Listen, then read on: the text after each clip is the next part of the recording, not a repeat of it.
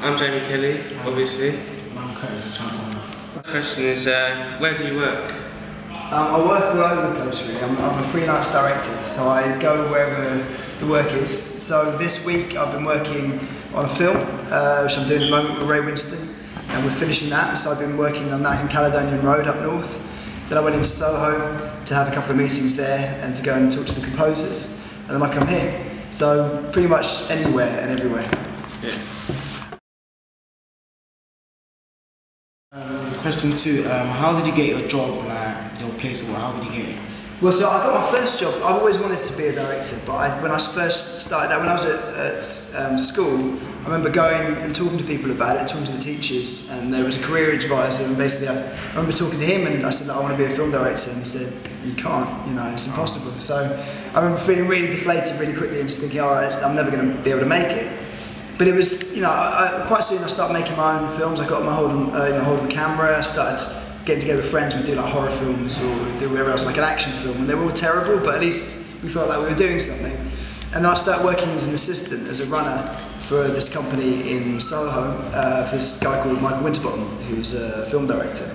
And so I started working with him while I was doing my own stuff. And so that's what I've tried to do ever since, is kind of work within the industry, doing, you know, my own stuff, but, you know, always just kind of keeping your hand in. So I kind of learned how to shoot, learned how to edit, you know, I direct, and it's weird because I think there feels like there's a lot of barriers, but actually, I mean, you guys know how to shoot, so you can go out and film something tomorrow. You can go and make a film just as good as anything that's on in the cinemas. You know, it's just a question of confidence, I think. And in the past, everyone used to go, well, it's impossible, it's too expensive, but it's getting easier and easier to get your hold of cameras and edit suites.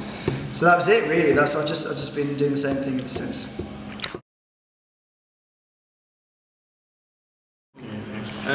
Third question is, what sparked your interest in the film industry?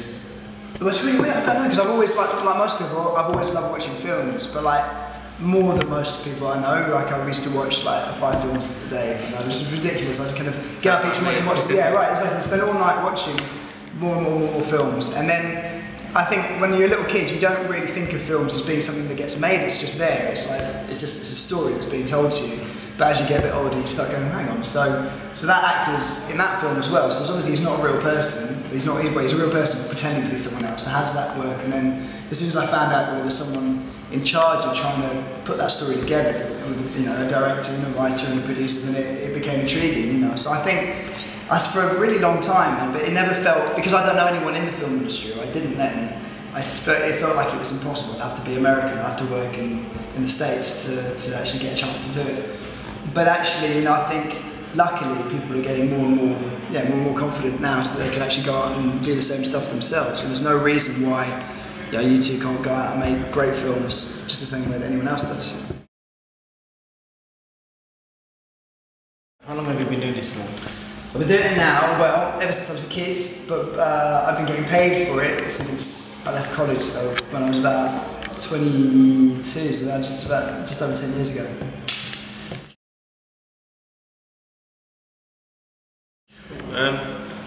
Where do you see yourself in the next 5 years?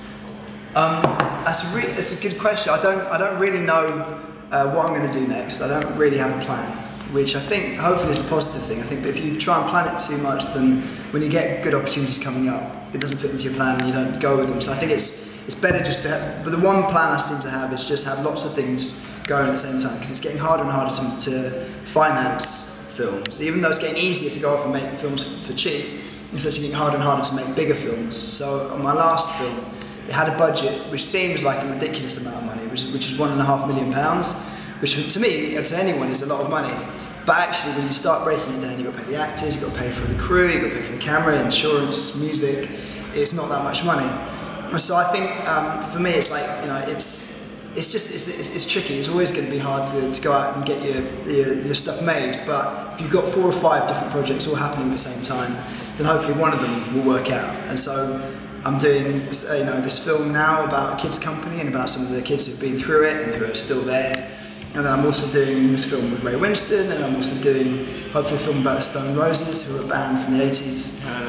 Right, yeah. So you know, so there's a lot of different things going, and then I think hopefully one of them will happen, and then I'll be working. You know, but I don't really have a plan.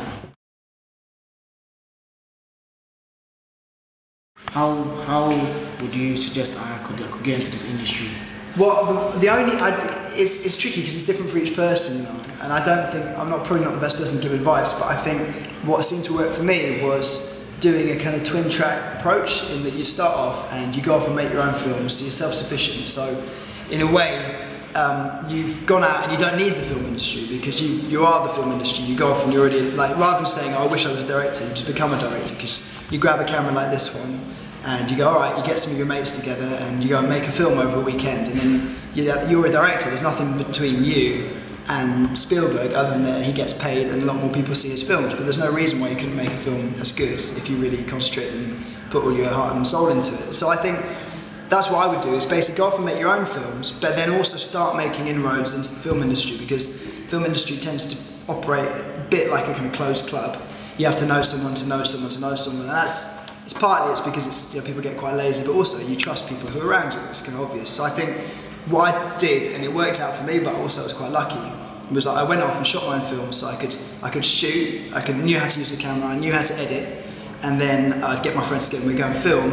At the same time, I was working as a runner, and so I would make cups of tea for famous people and answer the phone and, you know, just make cups of coffee for a bunch of people until the point where you go a bit crazy. But then eventually someone goes, oh, you know how to edit, do you want to come and edit this? Or if it's a trailer or something like that. So that's what I tended to do, and actually because I was going off and doing my own thing, then people found me more interesting than if I think you know, there's a tendency in certain people to go, I'm here, I don't really know what it is I want to do, but please give me a job. It's like if you're very focused about what it is you want, like say you want to be a director, or say you want to be an editor, say you want to be a writer, then if you're making tea, or you're photocopying, or you're answering phones in that environment, and someone goes, you know, you're interested in being a writer, do you want to read the scripts and tell me what you think, or do you want to rewrite this? Then you're in the right place, but you need to be quite focused about what it is you want from those people around you. That would be my advice. And who's your role model? Well, I think I've got lots of role models. There are a lot of people I admire, a lot of people I admired growing up.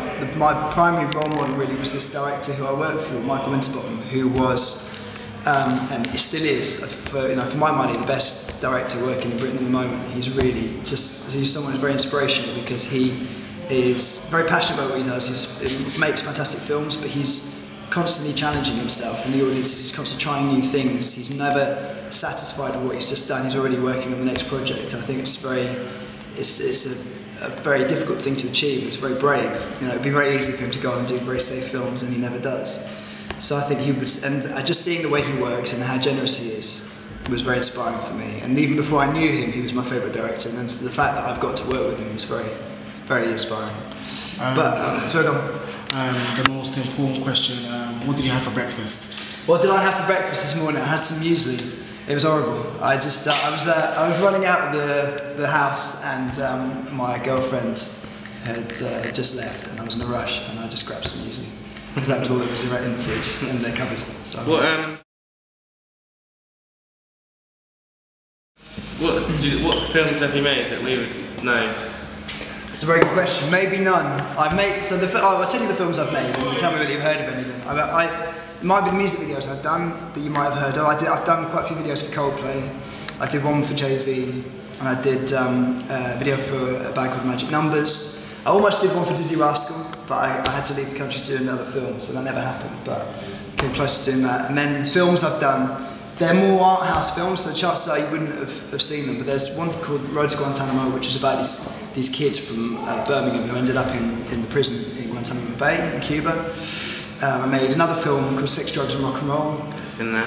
Oh, okay, right, so I made that. And I've just made another film with Ray Winston called Ashes. It's got an amazing cast. Jim Sturgis, who's been in loads of stuff, he's in the new Wachowski Brothers film. And I did another film called Moving to Mars, which is about refugees. Another film called The Shock Doctrine. And hoping to make some more. What Jay-Z video did you make? He did a video with Coldplay called Lost Plus, and it's basically with him rapping over one of their songs. So I went over to New York for a couple of days and filmed in the studio. So it's a joint one he did with Coldplay. Oh, wicked. Yeah, so we have to look it up. It's on YouTube. Check it out, it's on YouTube, yeah. Thank you.